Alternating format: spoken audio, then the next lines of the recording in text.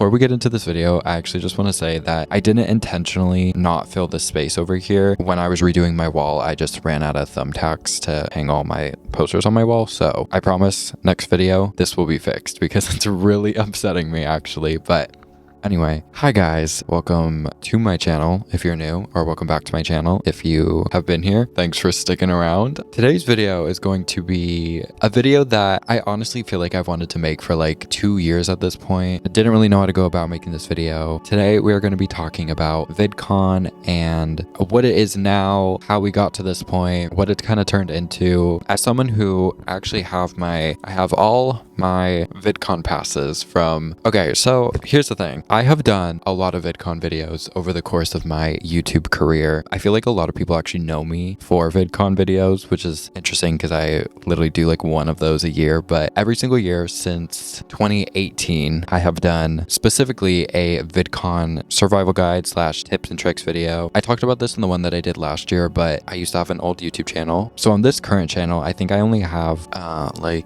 actually don't know. I think I did one last year, 2022, or oh my god, last year was 2023. Never mind. I did one in 2023 and then one in 2022. And then I did a bunch of other VidCon videos on my old YouTube channel when I was like 12 years old. VidCon.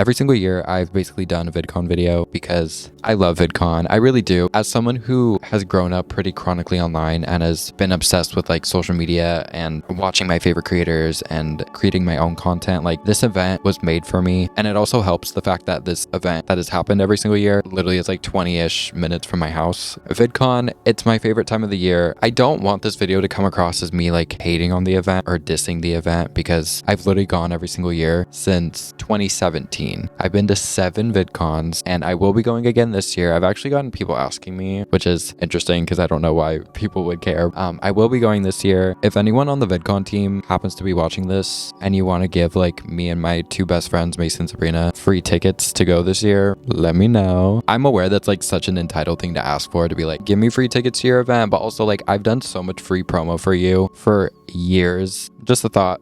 Just putting it out there. Anyway, I'm really excited. Don't get me wrong. It's my favorite time of the year. I love going to the event. I've gone so many years that it feels very like nostalgic in a way. The convention is definitely not what it used to be. I have a lot of thoughts and a lot of just ideas as to why that might be. As someone who's attended VidCon every single year since 2017, I would like to argue that I'm pretty qualified as to why the event feels different, what happened essentially, because it's definitely not what it used to be. I really need to work on making my intros shorter. I have a lot to say. Sorry. Without further ado, let's just get into this video. Now, I feel like when you think of VidCon, people who already have an idea of what VidCon is, I feel like we all think of the 2018, 2019, even 2017 era. That was peak VidCon era, you know what I mean? Every creator would go, every YouTuber would go. They made it look like the best weekend possible. They would have their meet and greets, they would go to their panel. There were mobs everywhere of people just trying to meet their favorite creators. It was crazy, for sure. I mean, again, I feel like the people that grew up during the like peak 2015, 2016 YouTube era, everybody wanted to go to VidCon. It was everybody's dream. So what happened? What got us to where we are now? Which is, I don't even want to say that it's not a successful convention anymore, because it definitely still is. As someone who's gone in 2022 and 2023, which are the 2 most recent years, it's still a very successful convention. I mean, they're still able to bring in like a lot of the top creators. They're still bringing in tens of thousands of people. I think people who even watch it happen on social media are able to see that something's different. It's not what it used to be. But does anyone know why? Like, does anyone have an idea of why it feels different? Why does it look different even if you don't go? Like, I feel like we can all see it looks different. Why for the past like 2 years do we keep seeing these influencers that are invited to the event have meet and greets and nobody's showing up? Why are we seeing panels happening that have like 3 rows of people in the audience? What's going on? You know what I mean? We can all have our own opinions, even if I definitely think that I'm right.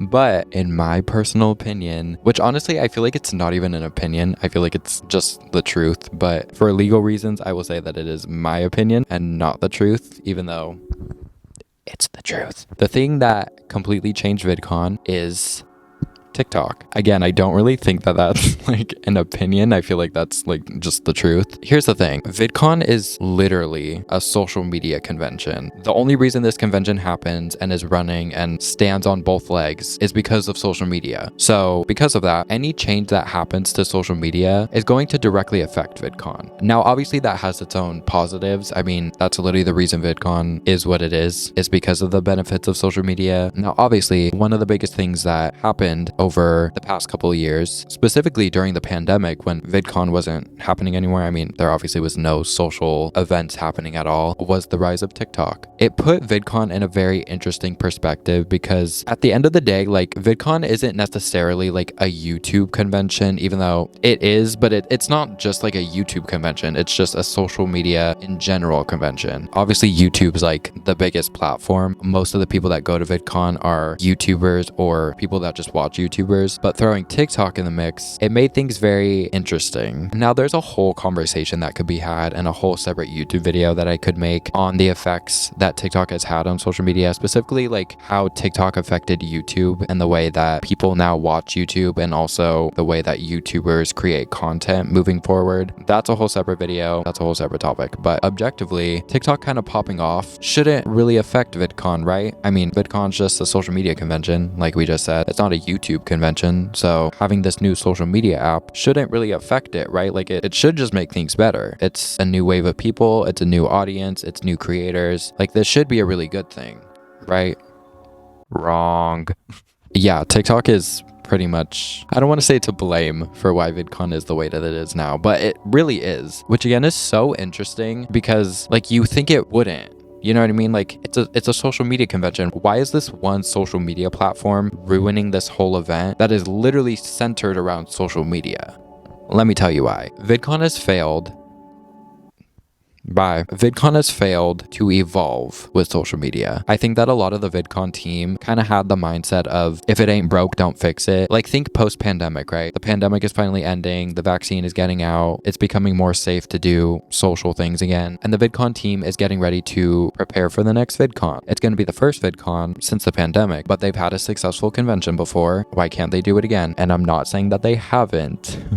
It's not what I'm saying. Please, VidCon, don't get mad at me. But they really have refused to change or kind of evolve anything. They kind of just took the formula, essentially, of what worked for VidCon in the past couple of years and tried to just use the same formula for the newer VidCons, which again, I sound like a broken record at this point, but I don't even blame them for doing that because social media is confusing. It's hard to tell like what people actually like, especially nowadays. You can't really base things off of like views and followers anymore. Like those don't really mean anything anymore. So it definitely is like hard to tell what people are actually interested in watching and actually want to see and what people would be excited about. VidCon's kind of refusal to change anything or evolve anything, I think is the reason why it feels so stuck. They keep trying to run their convention as if it's 2015 or 2016, but it's 2024. You know what I mean? And it honestly does make me like kind of angry because they have so much going for them. Like they've already built up this foundation over the past over 10 years at this point, and they're refusing to change anything. And I genuinely feel like they could make it like just as good, if not better than what it used to be. They just don't really want to change anything. Now, obviously, I know I'm saying all this as if I know like anything about how to run a convention or how to run a business. I understand that it's confusing and that it's probably really hard to run a convention, specifically a convention that is based off of social media. I do like feel for them and I understand why they haven't changed anything. Obviously, it's still fun to go. The whole world of TikTok has definitely changed the convention, and I think a lot of it just comes from the fact that TikTokers aren't able to build audiences like YouTubers are. Maybe it's because of the way TikTok's set up, but people genuinely just don't watch TikTok like they watch YouTube. A lot of that does come from the fact that it's really hard to connect to like a specific creator over short form content. I don't know. I feel like it's almost impossible to connect with a creator that is only posting like 30, 45 second videos. Even a minute or two is really not that much time to connect with a creator, in my opinion. I just don't even feel like that's possible. I mean,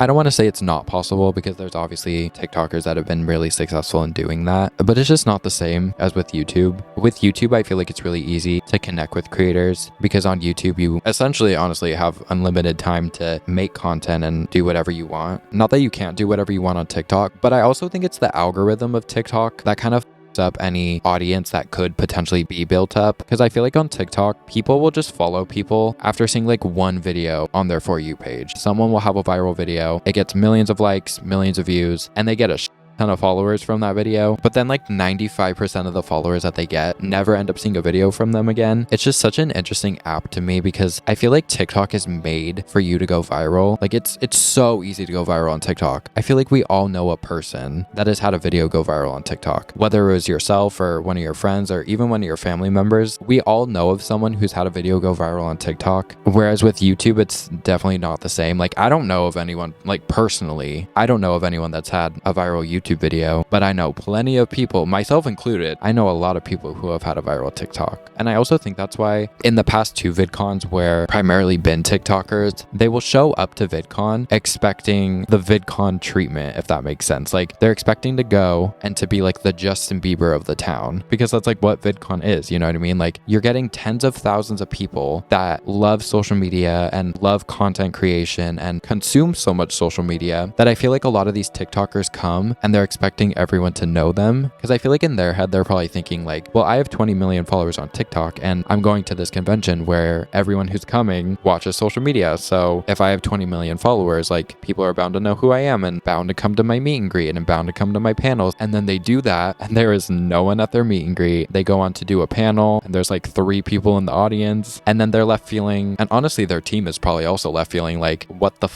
I have millions and millions and millions of followers, and you're telling me I couldn't bring in 10 people to my meet and greet? I couldn't bring in 2 rows of people to come watch me speak at this panel? Like that doesn't make sense.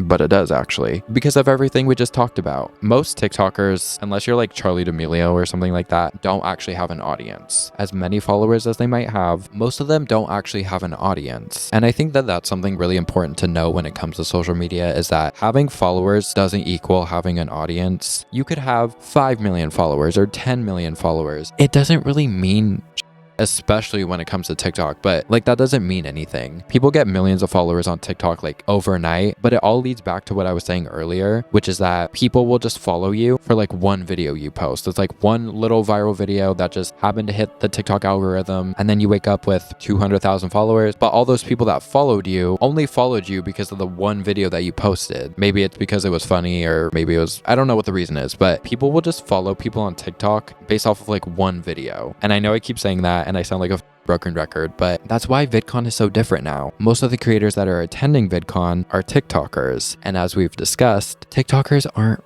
really able to bring in an audience. Now, this isn't me shading anybody or trying to be like passive aggressive and being like, well, if you're a TikToker and you have a bunch of followers, like it just doesn't mean anything. Like that's still a cool thing to have. I'm just genuinely trying to explain, because I'm not trying to call anybody out, but the amount of TikTokers that I saw last year have meet and greets, and I would literally watch them pull back the curtain, like expecting like lines and lines of people to be waiting in line for their meet and greet. They pull back the curtain and there's no one in line. And these are people that have like 10 million followers on TikTok. Like there was literally this one girl who, I'm not gonna say her name because it's literally just not important, but she literally has 25 million followers on TikTok. Okay, 25 million. That's insane. And there was literally not a single person at her meet and greet. I literally watched her like open the curtain and be like,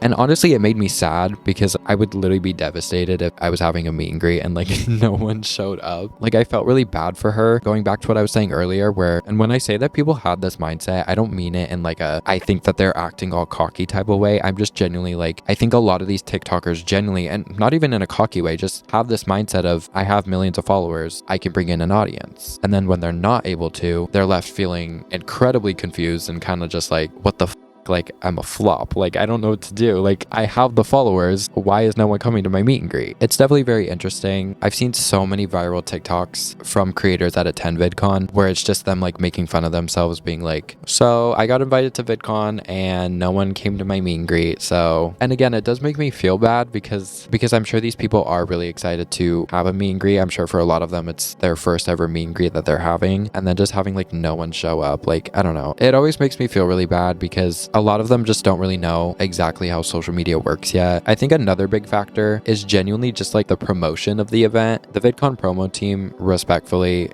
sucks. Like, it's horrible. The fact that for the past 2 VidCons, I feel like the thing that I've consistently see people saying on social media is like, I didn't even know VidCon was still happening, or VidCon's still a thing. Like, the fact that that's what people are saying goes to show that their promo team is really horrible. That's also a big reason as to why a lot of these creators are not having anyone come to their meet and greet. The promotion for the event just suck. Not saying that VidCon sucks, because it's still a lot of fun, and I will be going this year for anyone curious. I think that's where I'm gonna end off this video. As always, anyone who watches my videos and supports me in the slightest, it truly means the entire world to me. And who knows, maybe in the future I'll be able to look back at this video when I do get invited to VidCon one day.